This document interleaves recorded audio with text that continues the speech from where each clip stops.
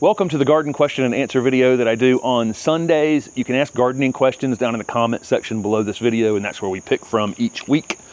I think Steph has written down something like 25 or 26, it looks like, this week. And so thank you guys so much for asking questions and participating in this video, because that's how there is a video, is by you guys asking great questions. There's a lot of them. We try to pick ones that are relevant for whatever's kind of going on at that time. And one thing about this one is there's a lot of fertilizer questions, and then a lot about how plants kind of look in the late summer in the garden. So, you know, those are kind of relevant to whatever's going on. I think last week's video had quite a few about transplanting things, you know, people wanting to get on transplanting things, but it's still hot outside. So again, trying to find relevant questions for whatever's going on in people's gardens at that time. We just got back from Europe. Steph and I went to, if you follow us over on Instagram, you probably know where we've gone at this point. But we went through Iceland on an Icelandic air, stayed there for a couple days, went to the Netherlands, went to Amsterdam, Rotterdam, and then we joined friends for about a week, and we toured nurseries and distribution outlets and garden centers and all kinds of things that I have content for coming up. I'll probably just stagger it into the normal back to the garden kind of content that you'll see.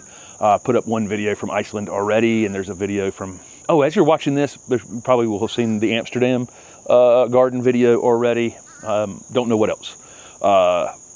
Yeah, I think that'll be it before this video comes out from that trip. Just trying to get feet back on the ground here and get back to normal sleep. And I think that's it. The $50 off on the weekly garden planner is, I think, for another week or so as this video is going up. I think there'll be one other opportunity next Sunday for me to mention this again, maybe. But the weekly garden planner is $50 off. I put a couple of put a couple of apps on it in the last few weeks. I'm going to get back to work on those over the next couple of weeks and improve them some, because I know there are a couple of issues that I'd like to, not issues, but a couple of features that I would like to make work better together on that. So I'm going to be working on that. And I think that's it. Might as well jump into some questions. Let's see. And there are some t-shirts over on the website that are on sale for $5 off. Some of the other designs. These new Comfort Color t-shirts, though, are so good. The newest ones we bought. And I had to up the price on them a little bit when we got them. So there's some, between going down on price on some of the other ones and these coming up in price, there is a kind of a price difference in there. But these shirts are so good. They're a little, if I had to have a tiny complaint, is that they're so good that they're a little heavy for working in the garden in the very heat of the summer. But the rest of the year, I think these t-shirts are so good. But anyway, it's the Comfort Colors brand, and they look weathered a bit already when you get them. So they've been washed a few times. This is the conifer one. Anyway, okay, getting to some gardening questions. This person was raised using 10-10-10, so was I, fertilizer, you know, as a universal fertilizer. They're in their 60s. They're trying more expensive organic ones now. Will I notice more productive plants? Well, that's not necessarily going to happen one way or the other. It depends on, so, you know, again, as a kid, I used 10-10-10. 10-10-10 just means it's 10, if you used to get 10-10-10 in a 50-pound bag, the bags have gotten smaller in time. And again, the product's gotten a lot more expensive. It used to be, you could get a 50-pound bag of 10-10-10 for very little money. And I loaded a bunch of them at a garden center when I was a kid. The 10-10-10 part just means it's 10% nitrogen, 10% phosphorus, 10% potassium.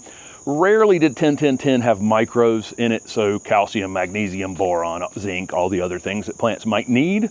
Some newer 10-10-10s do have micronutrients in them. So there's more than just 3 nutrients that plants need, but those are considered the macronutrients, the nitrogen, phosphorus, and potassium.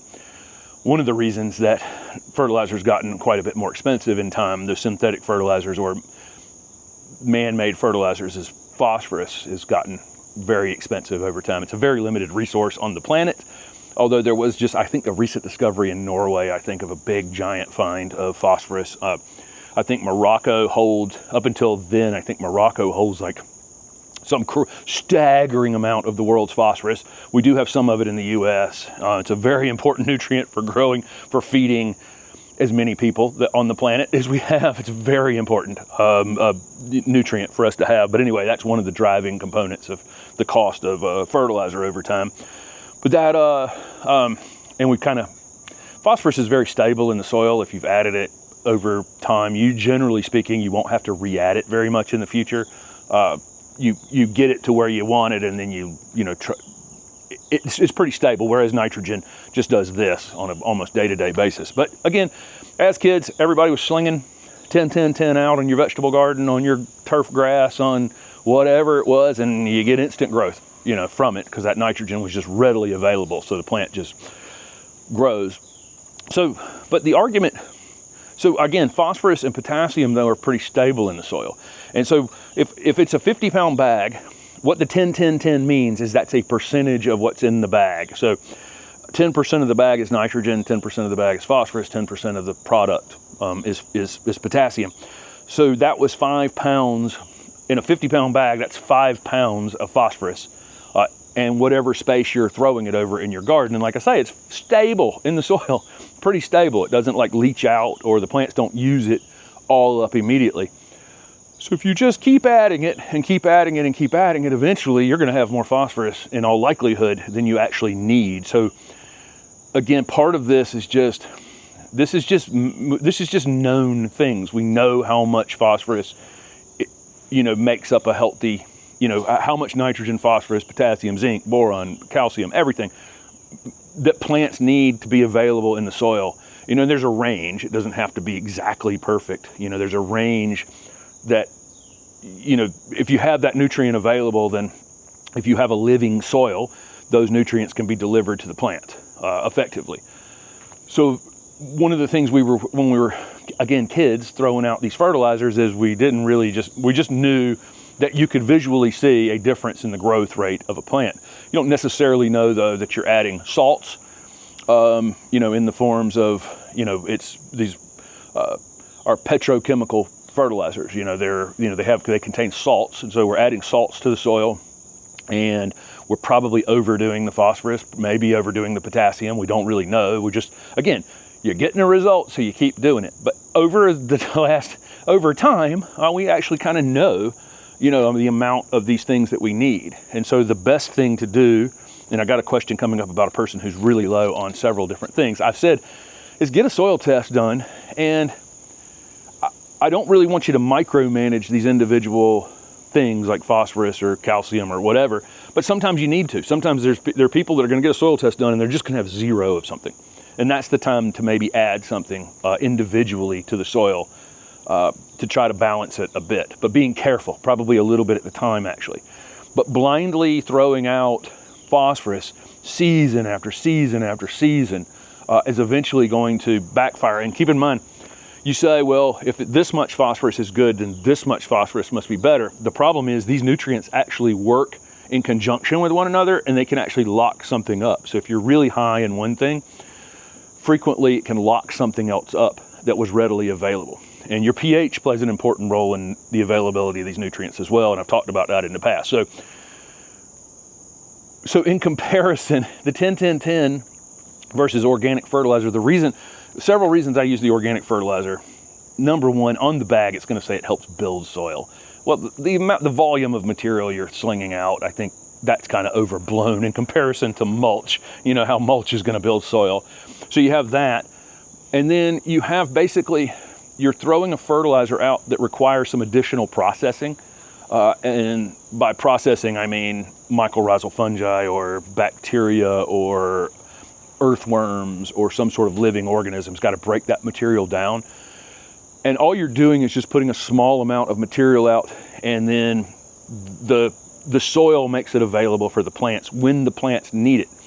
And the beauty of how that organic fertilizer works is because it needs earthworms or other, insects or beetles or fungi or bacteria or whatever's breaking those things down and making it available for your plants. Those things aren't active when the soil's highly stressed. So when it's super hot outside or super cold outside, that fertilizer is not going to force feed the plant during difficult times or times when that plant actively is trying to go into a dormancy or in and out of sleep, right? So there can be summer dormancy too. You're looking at plants out here that look pretty good, but some of them are in when will it stop being 90 degrees? I'm just sitting here. They don't want to be pushed, you know, by a synthetic fertilizer that feeds the plants directly. So the indirect feeding is, I think, the biggest part with organic fertilizer.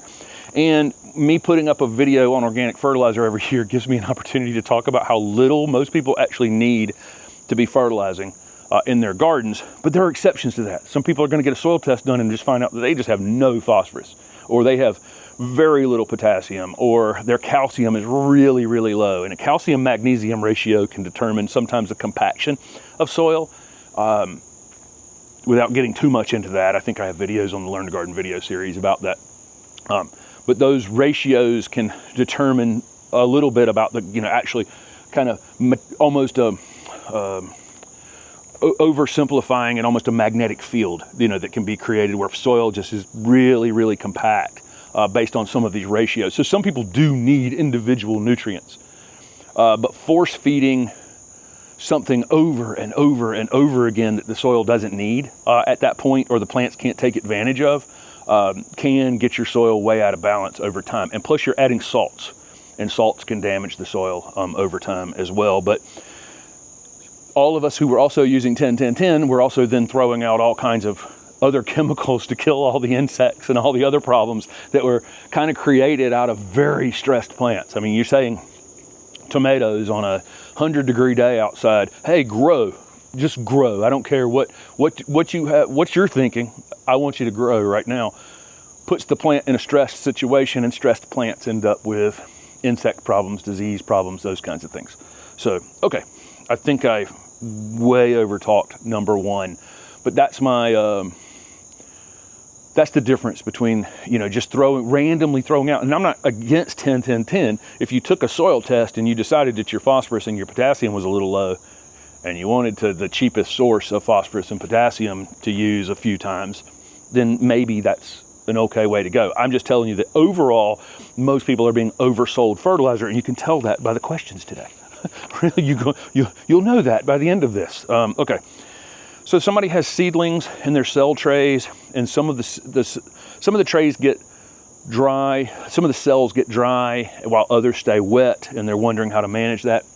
It's the main reason that peat moss has always been the go-to soil for starting seedlings, is because it wicks water up pretty evenly, and you can bottom water peat moss, and the water can get soaked up to the top, whereas most soil media, like, you know, in this container right here, I've got some bark. You can't get the bark re-wet from the bottom up. You have to water this plant from the top down.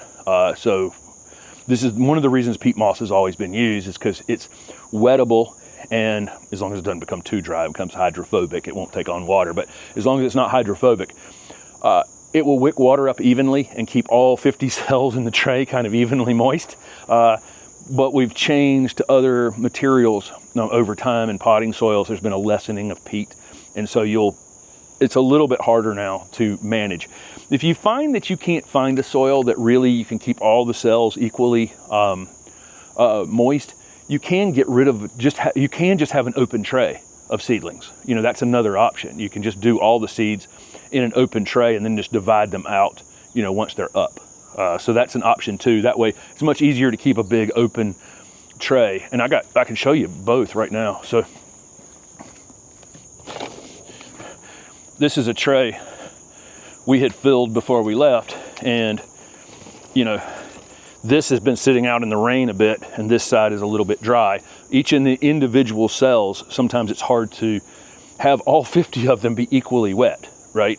So that's the issue, especially with these peat-free soils or less peat. Let's see.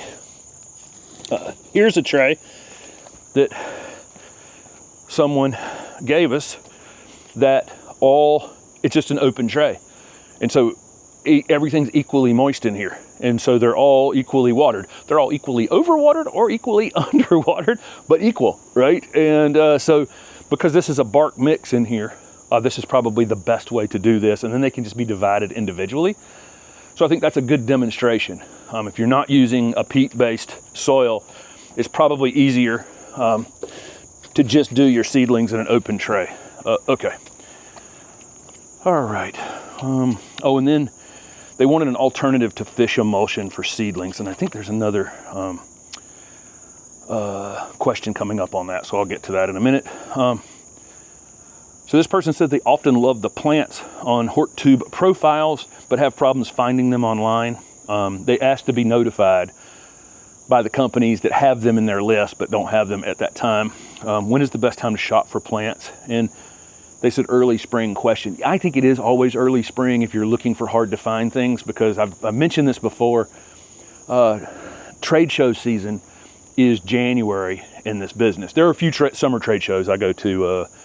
The Pacific Northwest show was just recent, and Cultivate was in July in Columbus, Ohio. So there are shows other times of the year, but the vast majority of the trade shows in the nursery and landscape world, and where classes are taken and all kinds of certifications are given and all kinds of things, are in January. The first show of the year is Mance in Baltimore. They would move that thing into this year to be the earliest. That show will always be the earliest. It's like voting in Iowa. We're going to be first, no matter what. If we got to vote 3 years before everybody else, we're going to be first. And that's the way Mance is. So it's always the first week in January, and then after that, then you get state shows all over the country. So I go to Mance in Baltimore, and then the next week is the North Carolina show, and then the next week after that, I think is a lot of people go over to Germany for the Essen show, which is obviously a worldwide show. It's one of the bigger shows on the planet. And then the tropical show is down in Miami, I think the 4th week of January, the 3rd or 4th week. Essen is one, and then the tropical show down in Florida is after that. Anyway, but those shows happen then, and a lot of the garden centers should be hopefully going to some of these shows and finding out where they can get plants. So if you're asking for plants at that time of year, long answer for just telling you, if you're asking that time of year, hopefully they've seen some of these things at trade shows. If you're asking in February, that's my point, is they may be able to get them in the spring for you, because they will have just put their eyes on them somewhere. Okay, let's see. This person, the hot weather has fried their Japanese maple leaves, 6 foot tall in a container, so they moved it to a shadier spot. Will it weather the storm and return next year? Yeah, absolutely. I tell you, we were in, there's the amount of Japanese maples and a couple of the garden centers, a couple of the nurseries we went to. Steph and I, we took a photo in a single room that had several 100,000 Japanese maples in it. A greenhouse big enough to hold, they were in like 3-inch cups, but several 100,000 Japanese maples. But all the Japanese maples over in Europe, because they have lack of rain and hotter summer than normal, everything's crispy looking. The video that will have gone up Friday, Back to the Garden here, I talk about it a little bit. This has been a slightly rougher season. And as I look around, I got a crispy leaf here or there that, we haven't had for a few years. But I think the summer has just kind of taken a bit of a toll on things. We've been lucky here that we've had more rain than other people. So, it's not as crispy as I've seen in other places. So I feel fortunate there.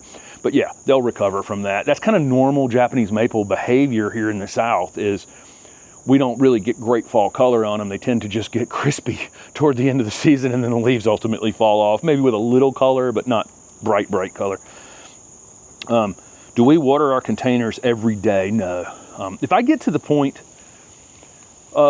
it's not to say, I've got a few plants out here, and I'm about to do a video on root-bound plants, and so I've got a couple of root-bound plants intentionally, and they're requiring too much attention from me. If I get to the point where a plant needs to be watered every single day, it's time to put it in a bigger container, or pull it out of the container, knock some soil off of it, put some fresh soil in there so I don't have to water it every day. If I get to that point where like a hanging basket is requiring 2 times a day watering, it's either going on the compost pile or I'm going to replant it into a bigger container.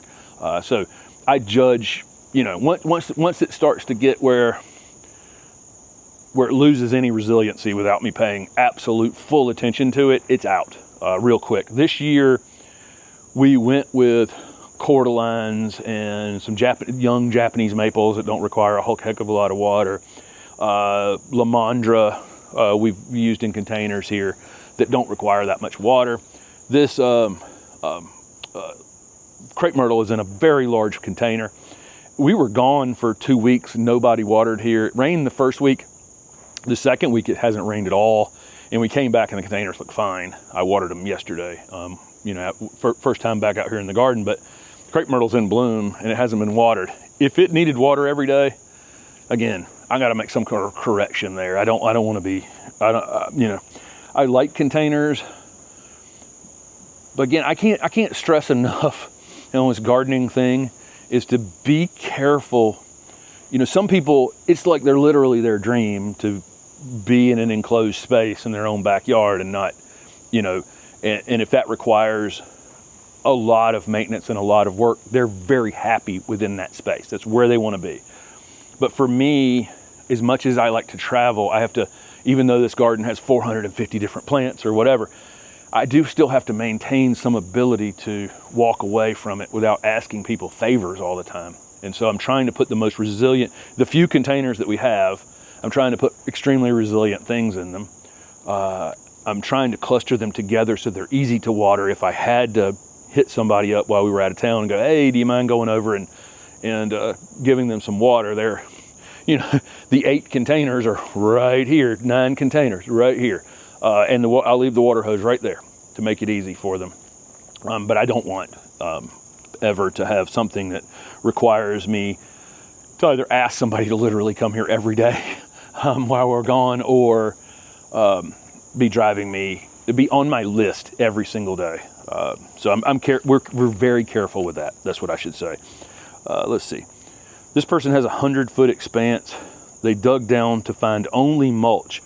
It's over-mulched without soil to build upon. How can they fix this area of over-mulching? You can actually take some sort of fork. If you had one of the heavier, you know, flat-tined forks, and you could go through it and kind of break that mulch up a bit. Once it gets over-mulched like that, you'll find that you get dry pockets in it, and those dry pockets don't allow the mulch to break down. So it becomes like a, I covered this when we did the landscape job over at our friend's house. We did a 4-part landscape job. It's been like 2 years now over there. I need to go back over there and take a look at it. But it had been, the landscaper that she had hired was mulching twice a year, whether it needed it or not, and the same amount every single time, and the mulch was this deep. And it had these dry pockets in it, so it just wasn't breaking down anymore. It was no longer functioning like mulch should. It just, because again, it was dry. How is it supposed to break down? How is an earthworm supposed to live in dry mulch? It's not, you know, now it's just sitting there. So again, I think the best way to do it is to take a fork or something and go through it and just kind of fork down in it, try to get water where it can penetrate it a little bit better, turn it over just a bit. If you had one of those electric tillers or something, you could go through and just bounce it across the top of it all the way across, just to see if you can not till it into the soil. I don't want to till it down in any soil, but I want to kind of flip it and see if I can create a situation where it'll absorb water a little bit better, re-wet, and then start to break down some. But it may take a minute to get to that point. Number 7, can you talk about liquid soluble organic fertilizers? That was this. This is a continuation of that other question on the liquid fertilizer. Like fish emulsion or a spoma, which is like a liquid chicken manure, the pros and cons and uses. So the only time I ever use a liquid organic fertilizer is on my seedlings. So I just showed you the trays over there. Once I get a seedling up and it's got a couple of true leaves, the first leaves forming on them, we'll start giving them a small amount of liquid fertilizer, because there's no real fertilizer in most of those organic potting mixes. Hopefully, I don't want a potting mix with fertilizer in it. Unfortunately, it's almost unbuyable now. I don't know why. There's fertilizer in virtually every potting soil now. I don't want that. I want to use my own fertilizer. But I'll use a small amount of fish emulsion. It's what we typically use, but if you want to use a spoma, it doesn't matter. Nitrogen is nitrogen is nitrogen. So the 10-10-10 that we were talking about earlier, that 10% nitrogen in that bag, the plant doesn't know the difference. The plant doesn't know the difference between that nitrogen or the nitrogen in the fish emulsion, or the nitrogen in seaweed, or the nitrogen in chicken manure, or anything else. The way it's processed, obviously through organics, is a little bit differently typically. But in these liquid soluble ones, the fertilizer is going to be more readily available. It's going to act a little bit more like a synthetic fertilizer in that liquid form, but we just give a very small amount to those new seedlings to get them going. I don't really use it on anything else. We have not. My issue right now is that the garden is growing too fast. My issue is definitely not under fertilizing. We have thrown so much organic material at this project, and organic material, I mean free wood chips.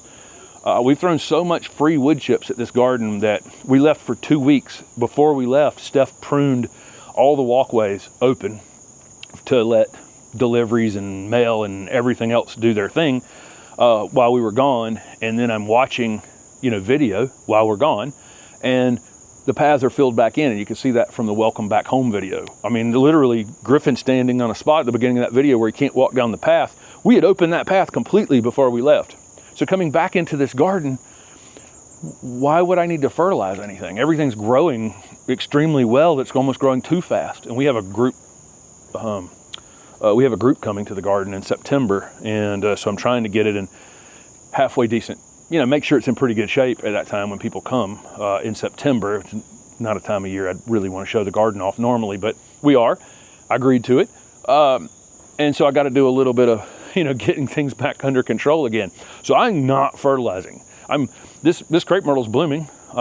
Every annual that's in the container, this eggplant behind me is eating the bed back here. The eggplant's actually looking pickable this morning, actually. Everything looks great. Judge your fertilizing on observation, and I promise you, and not, it's this time I got to fertilize because I saw this video or I saw that, blah, blah, blah. I can't overstate this, that there is a baseline of nutrients that you need to make sure are available, and you can do that through a soil test. Make sure you have some phosphorus, that's all. Make sure you have some potassium, make sure you have some calcium. And then feed the thing organic material and a small amount of fertilizer here or there, and we're all overdoing it. We're being told to overdo it. What do I look for in a bagged mulch product? I try not to get bagged mulch. So that's the main thing I'm looking for, is how can I avoid single-use plastic bags in my life. It's one of my, it drives me crazy. If I could eliminate all single-use plastic tomorrow, if I could sign that bill, I would sign that bill tomorrow. We would have no more single-use plastic. It drives me absolutely bonkers sometimes. Something wrapped in a plastic thing, and then you pull it out and it's wrapped in something else. I'm just like, well, why? So single-use plastic, I would love to, have it be gone. Just my personal opinion. It's, really a menace, in my opinion. Personal, again, opinions are terrible on the internet, I know. But so I would like to not have bagged products at all. But we do, again, have to buy a couple bags of potting soil over the course of the year, and that comes in plastic bags. But I try to buy the rest of it. I try to buy in bulk or get wood chips, that kind of thing. And then they said assumed not dyed or rubber. Definitely nothing rubber. I'm definitely not putting rubber mulch in here. I'm assuming it'll come with some metal and other things in it too, from whatever the rubber was used for, whatever chemicals were in it. But then the dyed mulches are, for the most part, typically material from left over from the lumber industry. And a lot of times that wood was dried out. And I see most of the brown mulch I see not breaking down. It floats like crazy. So if you're buying a bagged mulch, I just try to look for something that looks like mulch. It's not dyed, it's not fake material. It looks like, the bark off a hardwood tree of some kind, with maybe a little bit of wood in it, and that's about it. I want mostly bark for my mulch if I can, but that's kind of hard to come by, and they're more expensive. It's the 4 for 10 and the 5 for 10 mulch thing. I know everybody loves, that time of year, because, you don't necessarily need to buy 10 yards of mulch from some sort of yard, and you just need 30 bags. I get it. I get it. It's not like I'm, trying to be, dictate anything here. So I get it. But when you go and buy it, I would prefer to buy the most natural looking material you can possibly find in one of those bags. And hopefully it doesn't have a foul smell, a foul odor. That's another thing I'd like to avoid. Okay. Jim now has an opinion on plastic. That's not going to go over well. Let's see. Sandhill's soil test shows soil devoid of nutrients. Does your fertilizer advice apply to these situations? I mulch and compost now. So yeah, you're still going to need, again, this is where I'm talking about, where if you are missing phosphorus, then you might want to add some rock phosphate. That's probably the quickest way to change your phosphorus situation. If you're completely devoid of potassium, you know, that would be something you probably want to add. And it may, on your soil test, give you some recommendation for amount per 1,000 square feet. Follow that closely. Make sure you don't, you know, go, oh, a little extra, you know, don't do that. That's the problem I'm talking about, where you can, too much of a good thing. This is all known stuff. It's not like, you know, we have soil science, you know, as a major at all of these agriculture colleges across the country. We know how to get the most out of production from our soils without adding extra. You know, and farmers can't add extra. You know, every pass across the field costs diesel fuel. You know, every pass across the field costs whatever nutrient that they're applying. So it's really how little I can apply, not how much I'm going to apply. You know, it's like you take that soil test and you realize this part of field 3 needs this much phosphorus, and then you go and apply that little bit of phosphorus to that little zone in that field. You know, they're not even doing necessarily the whole field. They're doing different settings across the fields now. This is well known. It's not, there's no, you know, because a box is sitting on a shelf in a garden center, and I just can't say this enough, or somebody is telling you on a YouTube video that they're doing blah, blah, blah, blah with this amount of fertilizer. It's known what these plants need. It's not more is better. It's 100% not more is better. You're potentially doing damage to your soil. You know, I may be saying this a little bit louder in this particular video because I got so many questions about it from this past week. But if you are devoid of something, that's when you add it, you know, or when you're really low on something. So I do recommend getting a soil test, and then I do recommend if you're just missing something or it's extremely low, and there's pockets across the whole country. You go to the upper Midwest, they have phosphorus deficiencies. So, you know, in order to grow things, you probably do need to add some phosphorus. And so you may live in an area that's potassium's just off the charts for some reason. It's just way more of it than you would like to have in your soil. So do get a soil test. But again, then I'm also a little a little nervous saying that because I don't want you then to micromanage the soil. Like, I'm a little low on this, so should I add it? No, if you're a little low or a little high on something, consider that done. Keep the soil covered, keep the mulch down. Everything else will take care of itself. But if you're missing something, that is the time to add it. So this is a great question. If you're missing it, don't let my lack of wanting to, telling people they're over-fertilizing. Make sure that you have at least a baseline of some of these, especially macronutrients, phosphorus and potassium mainly. Make sure you have some present in the soil. Okay.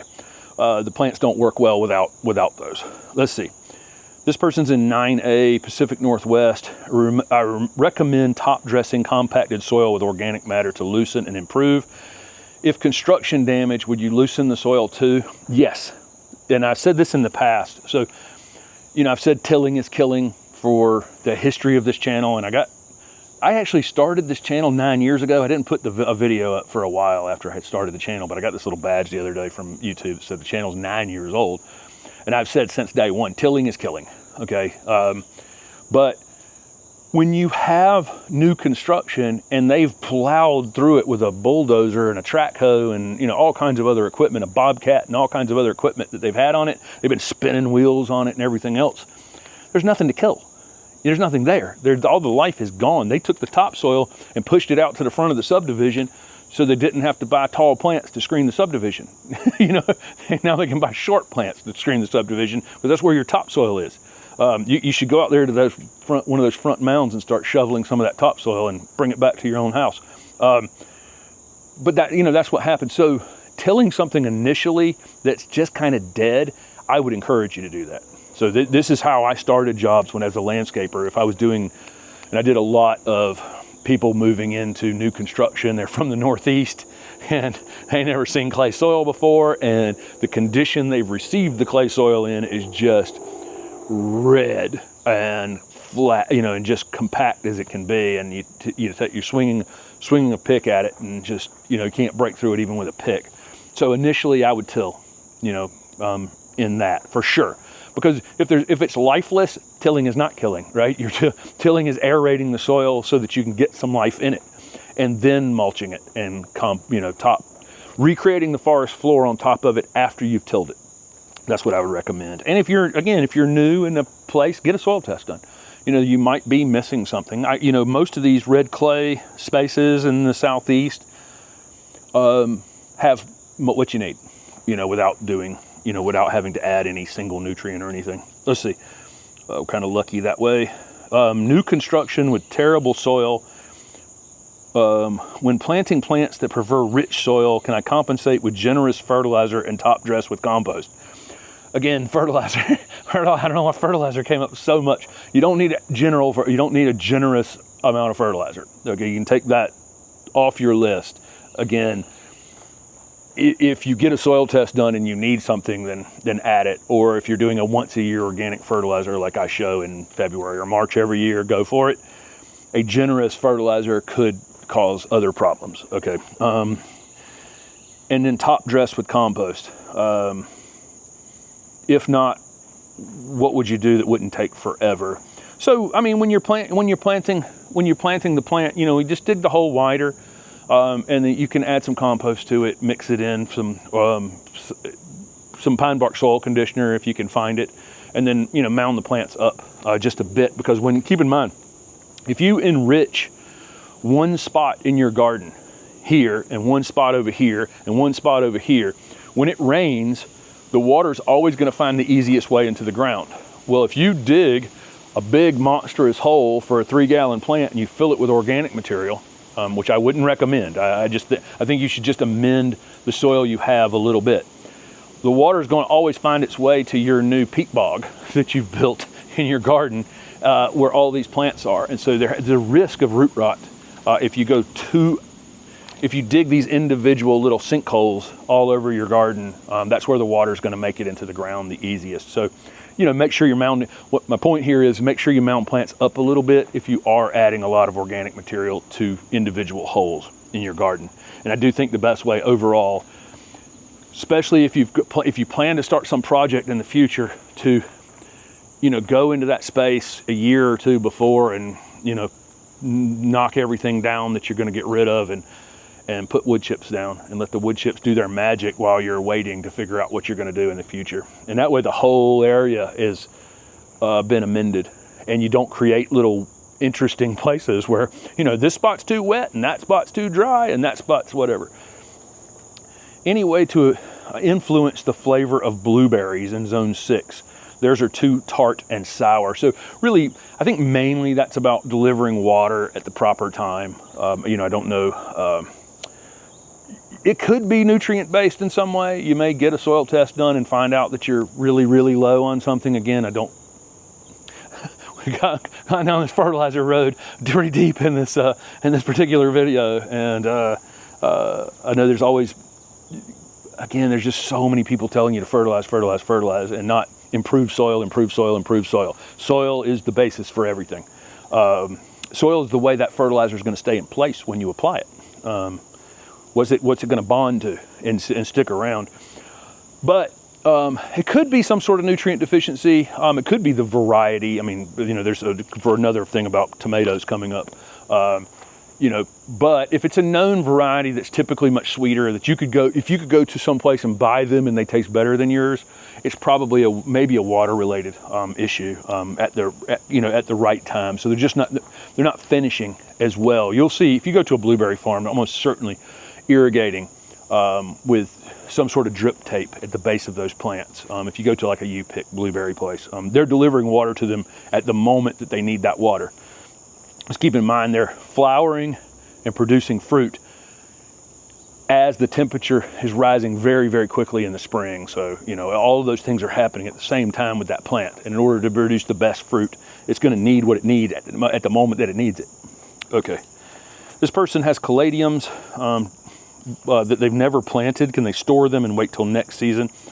No, I think you probably need to get them out now and put them in a container and get them to flush out. Bulbs, tubers, corms, all those underground storage vessels that we, whether they're tulip bulbs or dahlia tubers. If they stay out of the ground too long, they're losing water, and so it may even be that these are gone already. I have no idea, but I think you need to put some growth on them.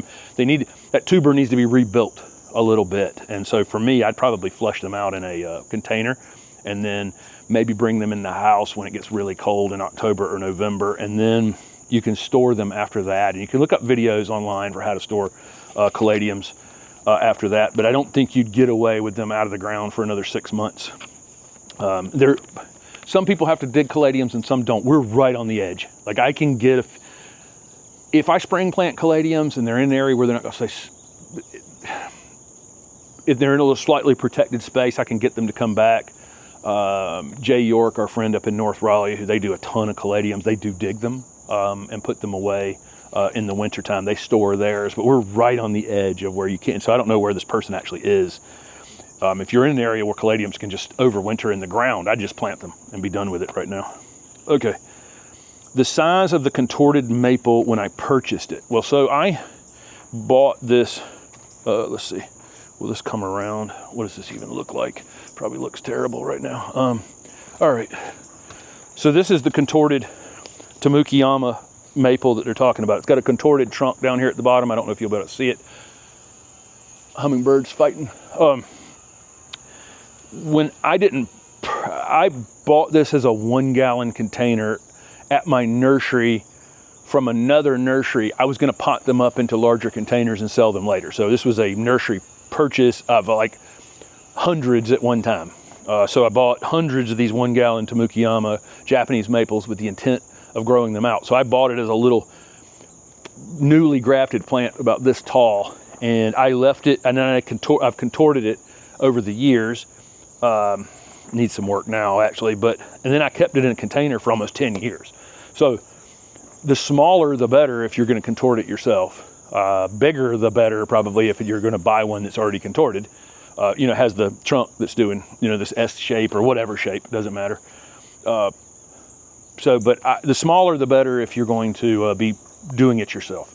But I've had, that plant's been with me for 15 to 20 years, something like that. And it stayed in a container forever. That's why it's not any bigger than it is. I was able to kind of size control it in the container.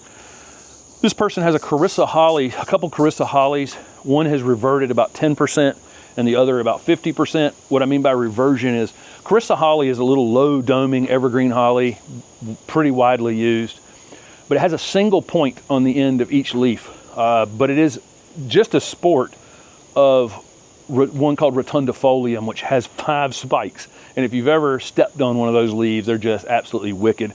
But Carissa hollies in time have a tendency to revert back to their original form of the leaf. Is it a lost cause? I've recommended on my Carissa holly video to go inside the plant and cut that stuff out. You can hold it off for a while. Once it reaches 50% of the plant, I think it's probably a lost cause, unless you just don't care that they look like rotundifolium instead. So if you just don't care, it's not like it's still an evergreen low growing holly.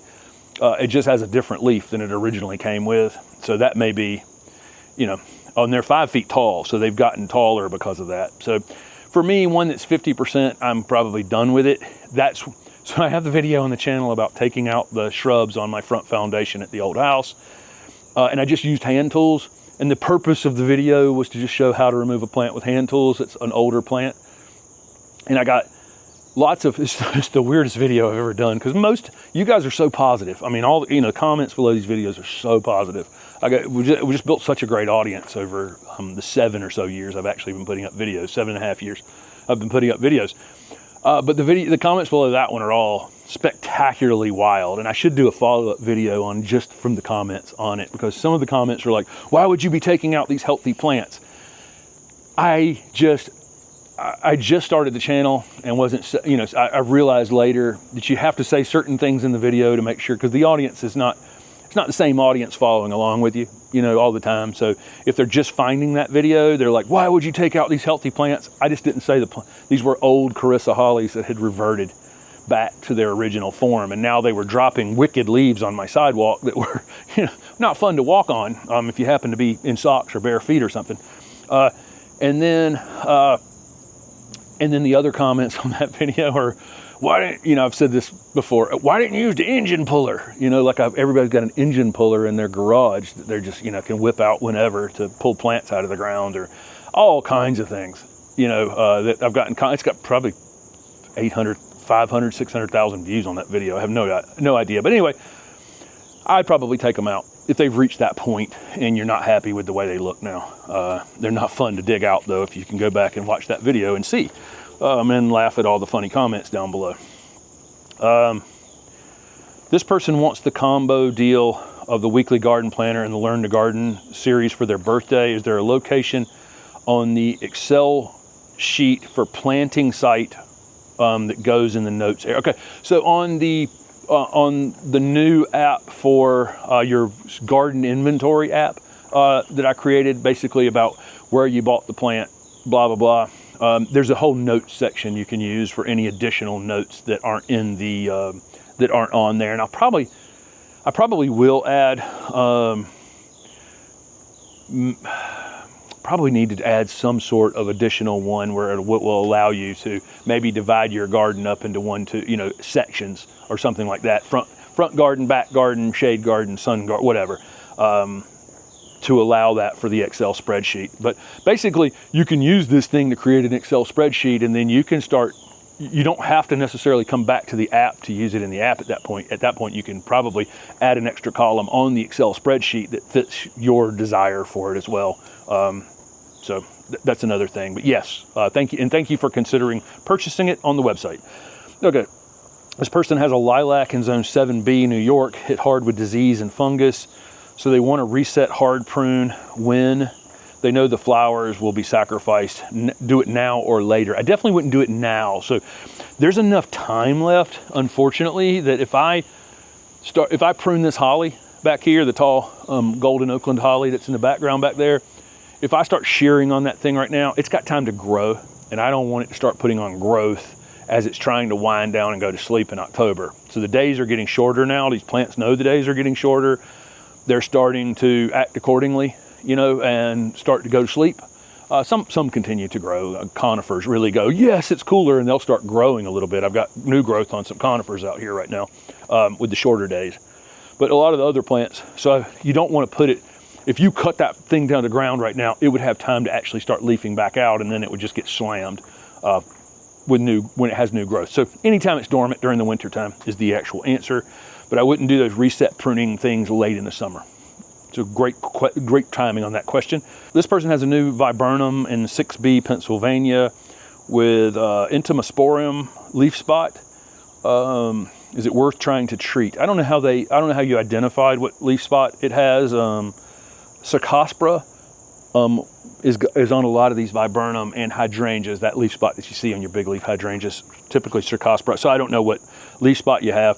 Is it worth trying to treat?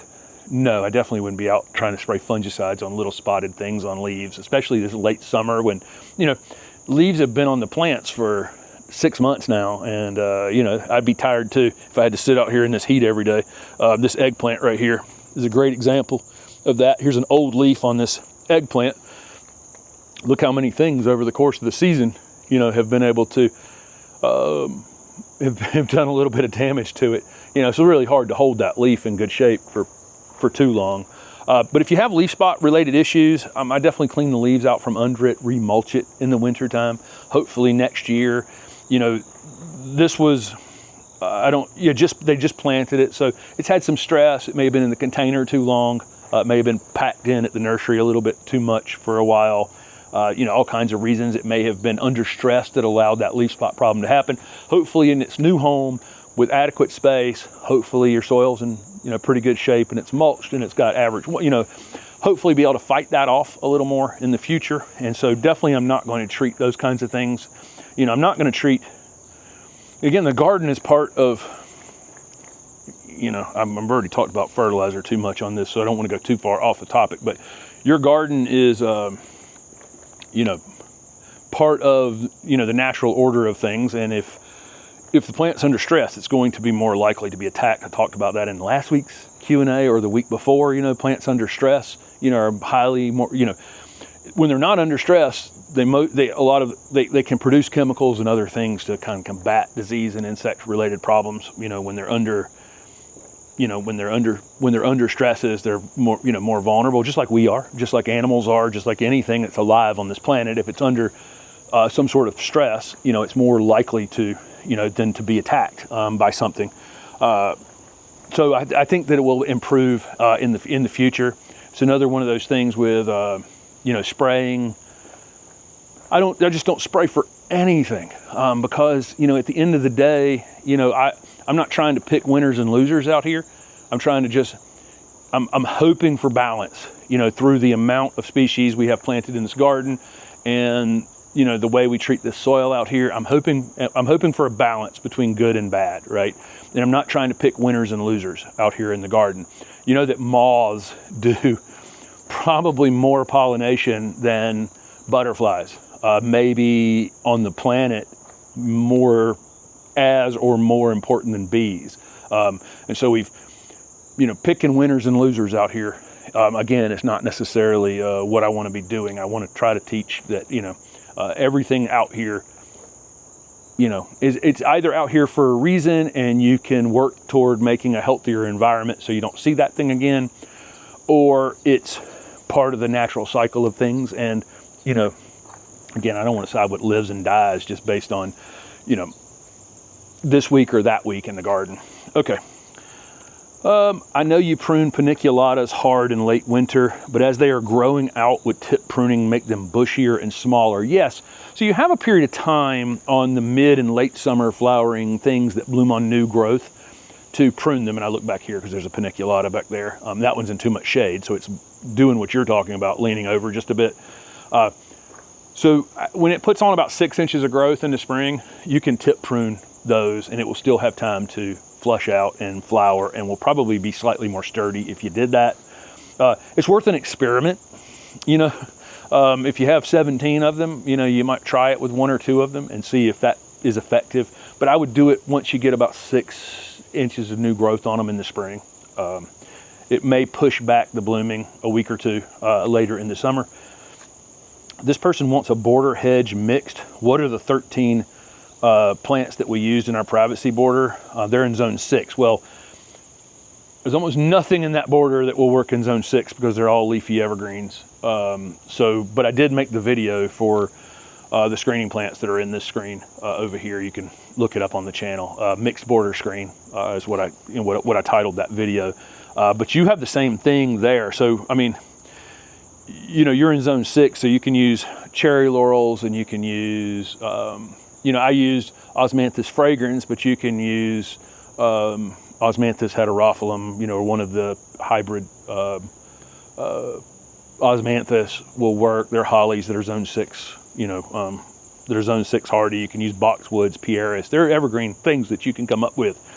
And then you can do some of the bushier, you know, deciduous things that lose their leaves in the wintertime. But the main thing to do for you is look in your entire area. Go to gardens, go to, you know, see what neighbors are using, see all of the different choices, and then make your mixed screen based on lots of choices. So I really like the question, because this is the kind of thinking that I would really like, you know, to see lots of, instead of what is the one plant that I can use to screen, you know, instead, what are the 13 to 20 things in my area that make good screening plants, and how can I use those in that border? You know, you want to use the more vigorous, faster growing things to hit the spots that are most important to you. So I say that frequently in consultations. You know, I'll say, have the person stand on their back porch and just put the, you know, if we're looking through their phone or whatever, you know, well, that house over there is 2 stories.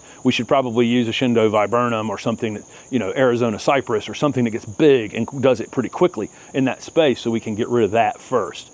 But over here, all I see is the woods. you know, in that direction. So is there any real reason to put yourself in a prison in that space, you know, or something that gets quite that big? And so we can make decisions based on priority.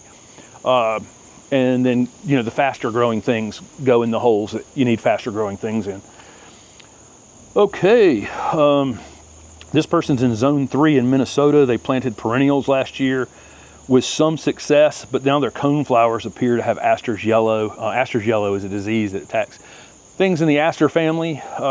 It can be fairly devastating disease. It can distort and, you know, make the flowers look odd and the growth on the plants look odd. They know they have to destroy them, but can they plant others in the same place? I would plant things that are just not in the aster family in that space the next year. So lean into more mint family things, salvias and bee balm and other things, and then, or, you know, perennials that are in other group, Veronica and, you know, all kinds of other perennials that you can use other than asters, things in the aster family for a little while in that space. Sorry you're going through that, but that is one that does come about. And if we're planting lots of native plants, we're going to get some of the native things that, you know, have evolved with them out in the world. And we may have to adapt to some of those things. Let's see, rather than this is unspray. You can't spray for that particular thing, but even if you could, you're best to just go, okay, that's not the thing for that spot. Let's put something else there. Keep the balance. This person purchased 8 evergreen Arborvitae to use as a hedge. Can you prune them even in the heat? 2 have brown patches. What's the best way to prune them? The best way to prune them is in the winter time and when they're dormant. Overall, they're asking if it's a good idea to prune the brown patches out. I probably wouldn't. I'd probably just shear the plants a bit in the winter time. You don't want to do a lot of shearing on things this time of year. One thing I just talked about, it'll stimulate new growth. It's probably fine on those Arborvitae. Probably get away with it on those arbs because, again, my conifers are actually starting to grow a bit right now because they're like shorter days. It's not 99 anymore, 99 degrees.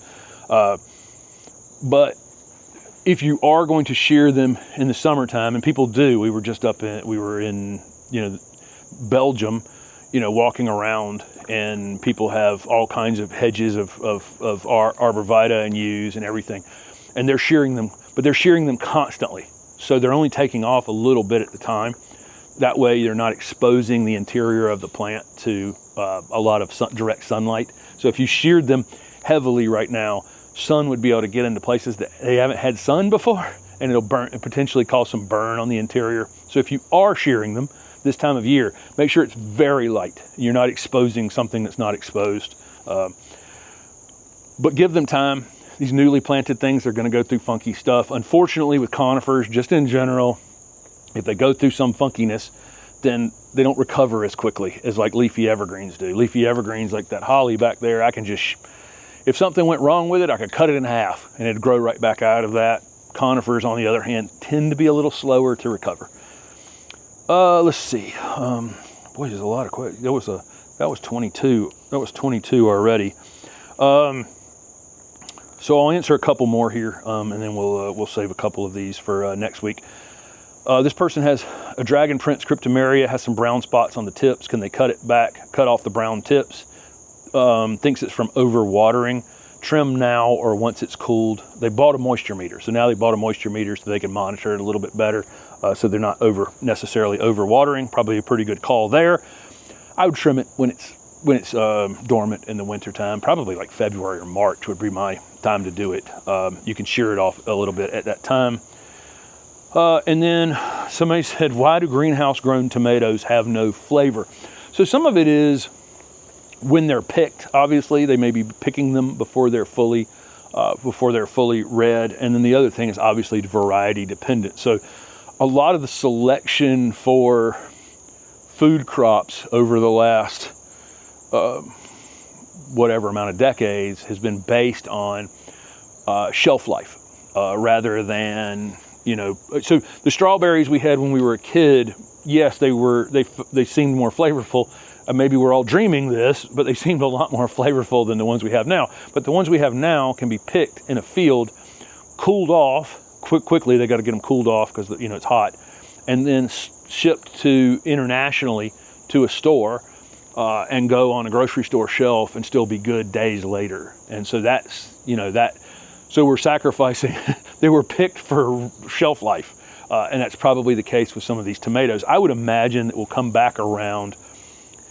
You know, the big push was how can I, on day 26, I pick this many tomatoes, and they go in these plastic things, and they go to the grocery stores everywhere. And then day 30, we pick the next round, and day 34, we pick the next round. And so that's what that thing was selected for, was the fact that every certain amount of days, it has another group of vine-ripened tomatoes growing on it, right? That's its claim to fame, and not necessarily that it was the most flavorful of all tomatoes. It had a thicker skin, and it all ripens at the right time. You know, they're vining tomatoes, but each of them are giving fruit, you know, at the exact same time. And so a lot of selection is around the international grocery store business more than the flavor of the product. But I think that'll come back around. Weirdly, we've also seen some improvements. It's starting to rain. Weirdly, we've also seen some improvements as well, because like Brussels sprouts, which were just awful when I was a kid. They had that weird astringent or weird after flavor when we were, you know, 40 or 50 years ago. I remember eating them and just like, why would any human being want to eat a Brussels sprout? And now, years later, I think a lot of people may think that we just got better at cooking Brussels sprouts, which we have. I mean, Brussels sprouts and roasted Brussels sprouts in restaurants with, you know, of course, there's bacon on it, and bacon probably makes everything better. But and the recipes are better and all that. But you'll notice eating Brussels sprouts now, they don't have that extra flavor. This is in the breeding. You know, they bred the weird flavor in Brussels sprouts out of them. So we have seen some flavor improvements as well in vegetables, but a lot of it is picked around day 29. Day 29, we need to pick these because we told the grocery store we'd have them there on day 31. And so, you know, that's a lot of that. But there you go. Thank you guys so much for asking questions. Ask questions in the comments section. Again, the weekly garden planner is $50 off for the rest of August, and appreciate anybody who's purchased it or is considering it. Thanks for watching.